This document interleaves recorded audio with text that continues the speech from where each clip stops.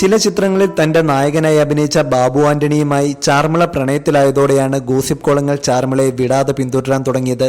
നായകൻ എന്നതിലുമുപരി ആയോധന കലകളിലെ വൈദഗ്ധ്യം കൊണ്ടും ഹെയർ സ്റ്റൈൽ കൊണ്ടുമൊക്കെ ഒരു ബാബു ആന്റണി തരംഗം നിലനിന്നിരുന്ന സമയത്തായിരുന്നു ചാർമിള ബാബു ആന്റണിയുമായി അടുക്കുന്നത്. എന്നാൽ ബാബു ആന്റണിക്ക് തന്നെ വിവാഹം കഴിക്കുന്നതിനോട് താല്പര്യമില്ലെന്ന് മനസ്സിലാക്കിയ ചാർമിള ആത്മഹത്യക്ക് ശ്രമിക്കുകയും തലനാരിഴയ്ക്ക് രക്ഷപ്പെടുകയുമായിരുന്നു. ബാബു ആന്റണിയുമായി പ്രണയത്തിലാണെന്ന വാർത്ത വന്നതിനെ തുടർന്ന് സിനിമാ ലോകം ഒട്ടാകെ ചാർമിളയെ തിരുത്താൻ ശ്രമിച്ചു. ഇരുവരും തമ്മിൽ 8 വയസ്സിന്റെ വ്യത്യാസം. നിങ്ങൾ തമ്മിൽ ജീവിച്ചാൽ ശരിയാവില്ല എന്നൊക്കെ അന്ന് പലരും ഉപദേശിച്ചിരുന്നതായി ചാർമിള പല അഭിമുഖങ്ങളിലും പറഞ്ഞിട്ടുണ്ട്.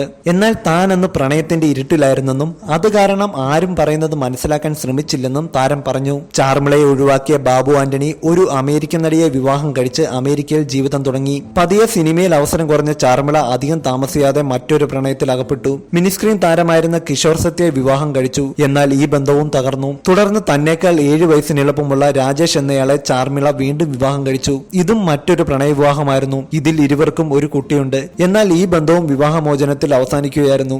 ചില തെന്നിന്ത്യൻ സിനിമകളിൽ അമ്മവേഷങ്ങൾ ചെയ്ത് ജീവിതത്തോട് മല്ലിടുകയാണ് ഇന്ന് ചാർമിള.